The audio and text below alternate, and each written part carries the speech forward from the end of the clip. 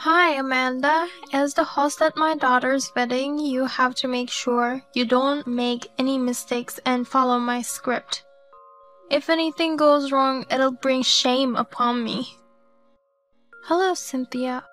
I already told you the other day, but I plan to skip her wedding. I'm not good at speaking in front of lots of people, and I thought Kari wanted her best friend to be the host. You're my daughter-in-law. Don't complain and just do as I say. I want to create my ideal wedding and you're gonna help me make it happen. But Kari said as long as Travis enjoys it, she won't have any particular preferences. Don't you want to make your sister-in-law's wedding a success? I do, but now I'm in the last month of pregnancy, so I want to avoid any risks. The wedding venue is a bit far from my hospital and some people may get drunk. You know? This is my first time giving birth, so I'm very nervous. Plus, I don't want to cause any trouble at her wedding. It's not good for the baby if you get too nervous. As a woman who has experienced childbirth twice, I'll give you some advice. In order to give birth to a healthy baby, you need to exercise. Coming to the wedding would be the perfect opportunity for you to get good exercise. I'll have you by my side as my servant to entertain the guests, so come, okay? I knew you were trying to use me like your servant. You're my daughter-in-law, so I have the right to use you as I please. I thought I helped you enough already with the preparation. I even helped you pay for the wedding. Can't you at least give me a break for the last month? Don't be lazy. Anyway, I will never allow you to skip the wedding. Got it? You useless daughter-in-law. I can't believe you really skipped Kari's wedding. It's such a shame that my eldest son's wife didn't attend. I told you in advance, didn't I? I'm in my last month of pregnancy and my due date is coming up. I told you I wanted to skip the wedding to avoid any trouble. I didn't think you'd really be absent. Well, it's too late for you to apologize now. What? What do you mean? We don't need a useless daughter-in-law who would skip her sister-in-law's wedding just because she's in her last month of pregnancy. I filed for your divorce today. Now it's time for you to get out of this house. You filed divorce? Divorce between Travis and me? That's right. A useless woman like you is no good for my son. You can't just file for other people's divorce. I have to call the authorities right away. It's too late. It's already been accepted. I just did some research and it seems that divorce papers submitted without consent can be invalidated. Too bad. But this is all because of you, skipping Kari's wedding. Without you, I had no one to do my biddings, and the wedding became nowhere near my ideal wedding. So I think you should just shut up and accept the divorce. Aren't you worried about the baby in my belly? Don't you hope for the best for her?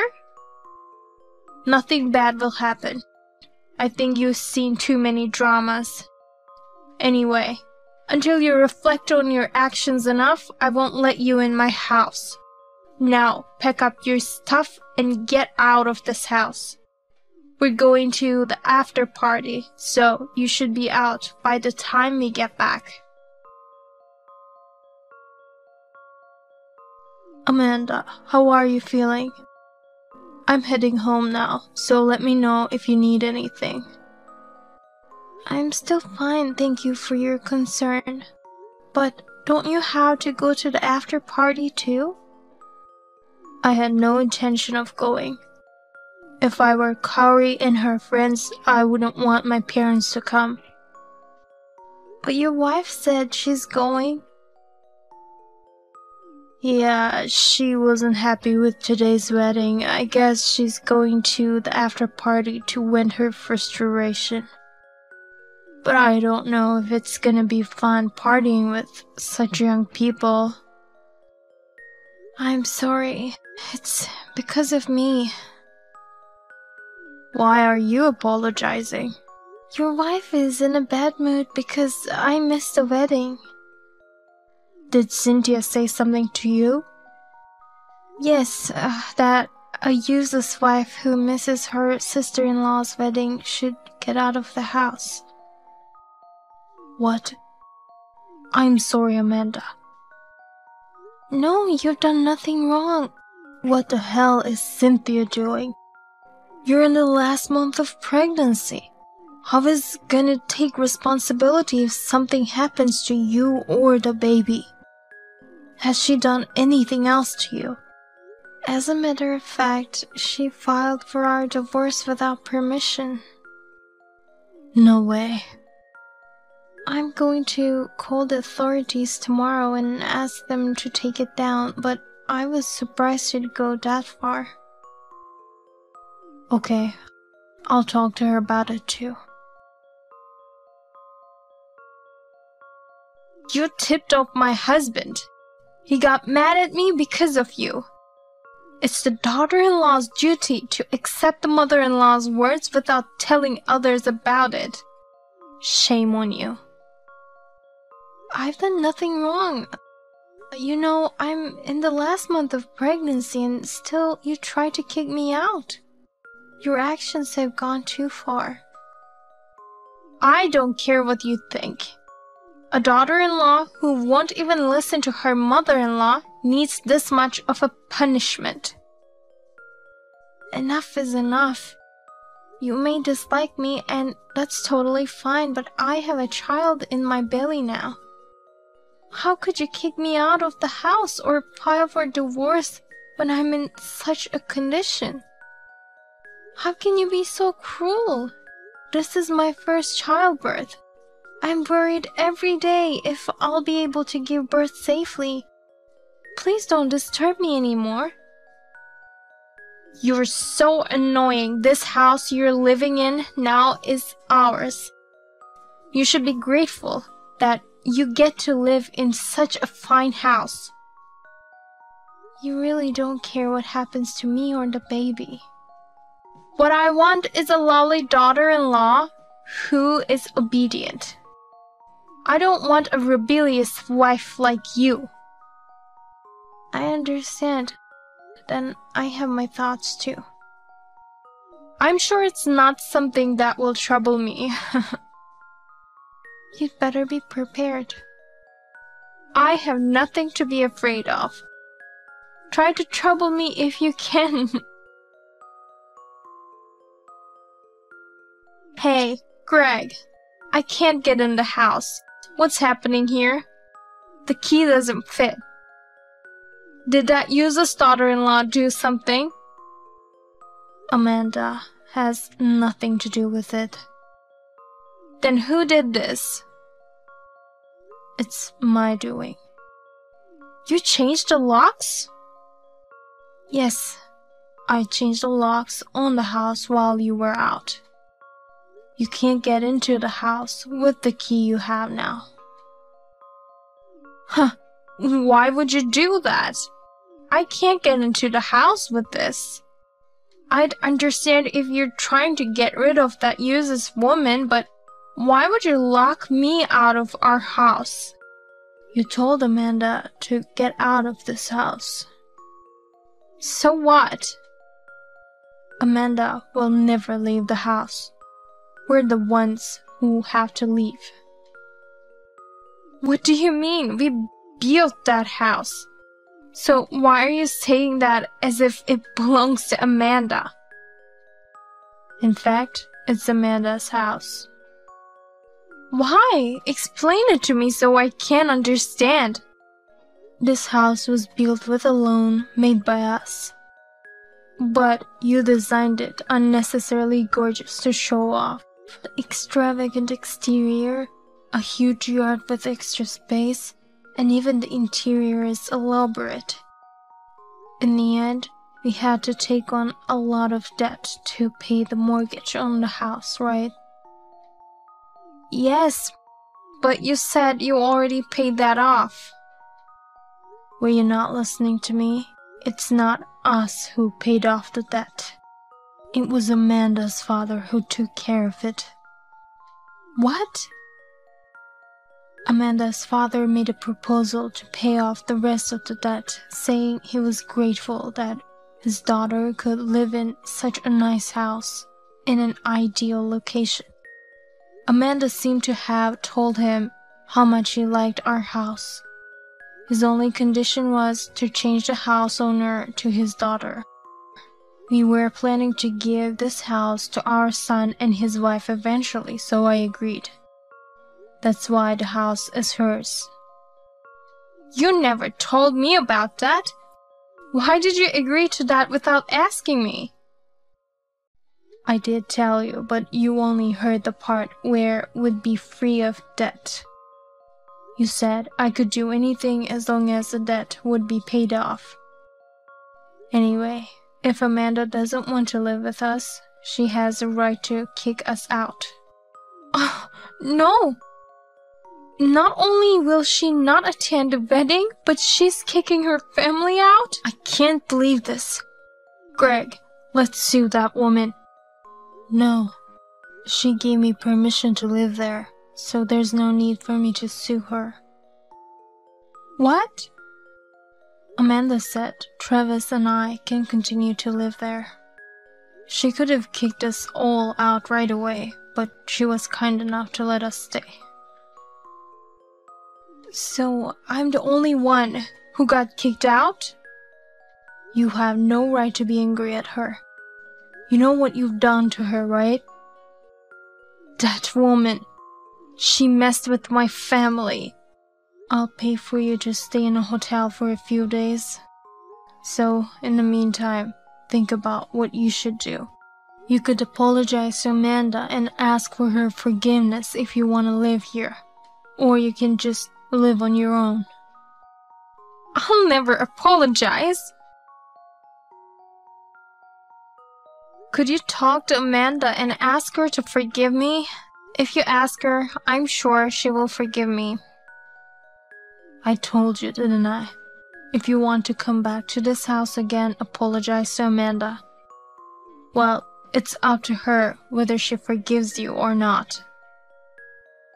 You're just taking her side because she's young. Did she seduce you to gain more allies? No wonder you're so nice to that woman. Stop saying such rude things. I just don't approve of your behavior, that's all. Don't blame Amanda for everything. If it wasn't her fault, whose fault is it? Don't you get it? You brought this whole thing on yourself, didn't you? I'm fed up with your pretentiousness. At Kari's wedding, you ignored the bride's wishes and forced your own ideals on her. As a result, the wedding cost became too much for us to afford, and you had Amanda to support you. It's the same with the house. I told you we should build a house that suits our needs, nothing more. But you went and talked to the builders on your own, and the budget increased. The result is that debt. If it wasn't for Amanda and her father, we'd still be struggling to pay our debts. But the debt is already paid, so it's all good, right? It's not that simple. I have a problem with your way of thinking. Even this time at the wedding, you just tried to make your pregnant daughter-in-law work to make yourself look good. She's carrying our grandchildren. How could you do such an inhumane thing? You can still work even if you're pregnant. You're too paranoid. I guess there's nothing I can say to change your thoughts. But I'll tell you this much. It's not Amanda and our son who should file for divorce. It's us. You're kidding. I'm tired of dealing with you. You won't listen to me at all. Besides, I don't want a wife who commits crimes. Crime? What are you talking about? I assume you didn't know, but filing divorce papers for others without their permission is a crime of forgery. Amanda decided to file a police report against you. I'm her family, and yet how can she do that? Doesn't she have a human heart? Besides, if we get divorced, she'll cut ties with you and you won't be her family anymore. So no problem about that. Well, then I'll call you when I have the divorce papers ready. In the meantime, you just sit tight and stay at that hotel. I didn't commit any crime. Listen, Greg. Hey! This is all your fault. If you only hadn't missed the wedding, none of this would have happened. Then I wouldn't have been dumped by Greg. I told you I have my way of doing things. You should have cared more about others than your pride. You're overreacting about being in the last month of pregnancy. There's no problem just walking around the wedding venue. Stop imposing your values on me. It's not like you don't know how my own mother died. What was it that happened to your mother? You forgot? I'll remind you then. It happened when she was pregnant with my sister.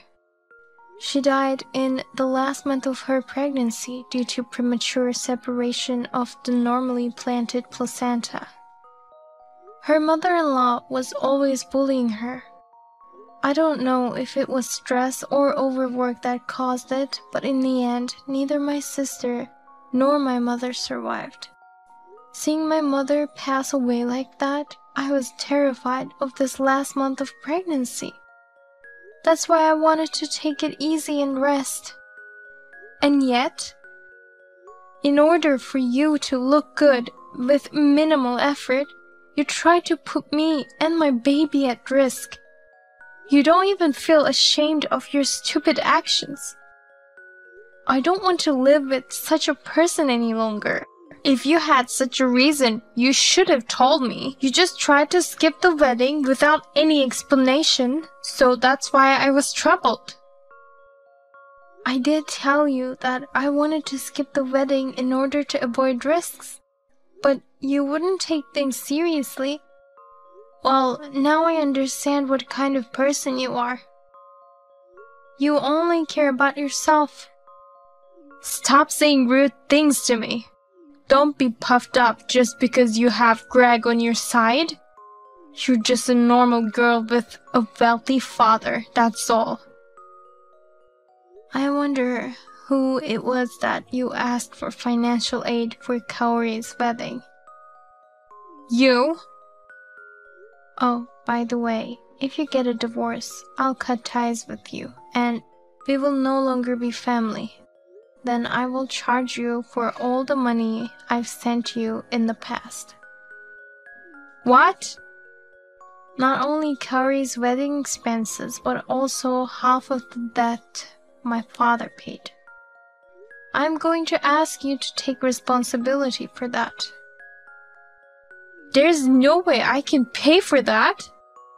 You're asking me to get a job at this age? If you don't have the money, then you'll have to get a job and work. Both expenses were just paid temporarily by me and my father. But you signed a contract saying you'd have to pay it back if you didn't meet the conditions. Greg is the one who was negotiating, so you should charge him instead of me. As for the wedding cost, you should charge Kaori since it was her wedding. No, the contract has your name and signature. It's only right to charge you for them. You may have not read it thoroughly, but both my father's contract and mine says you'll have to pay back the money if I ever cut ties with you. Oh, no. What should I do? There's no way I can pay that much money. If you work like crazy, I'm sure you'll be able to manage. My life from now on will be only to pay off my debts. That's what you get for putting your pride first. Please, Amanda, help me. I tried to compromise enough, but it was you who rejected me. Oh, no. We don't need a person with no common sense in our family. I'll pay for the wedding expenses, so please don't charge me for the debt. Please, Amanda. I got text from your wife a while ago. I told her what we were planning to do. I knew she'd contact you. I'm sorry to trouble you to the end. Not at all. I knew I had Travis and you on my side, so I was able to muster up the courage. I even feel a little better now that I've had a chance to vent all my anger. And actually, I reflected a bit on my own actions. There's nothing for you to reflect on, is there, Amanda? I just thought maybe I was being a little too cautious. I mean, it's my first baby, and I have some trauma with my mother's death. But I have to be more confident about giving birth, or else my baby will be worried, thinking I'm an unreliable mother. I think you will be a good mother. You've been putting so much thought into your child even before the baby's born. Thank you, Greg. I'm sure you'll be a great grandpa for the baby too. After my in-laws divorced, she asked me for an out-of-court settlement. I decided to accept the settlement on the advice of my lawyer, but her debts increased even more. And yet, I hear she's still unemployed. She was recently seen hanging around a consumer loan office, so I hope she just decides to get a job instead of drowning into further debts. As for myself, my delivery went off with no problems. When the contractions came, I thought of my mother and became anxious. But the moment I saw the baby's face, everything blew away. I feel like I finally overcame years of trauma. Recently, my husband and I have been discussing when to have our second child.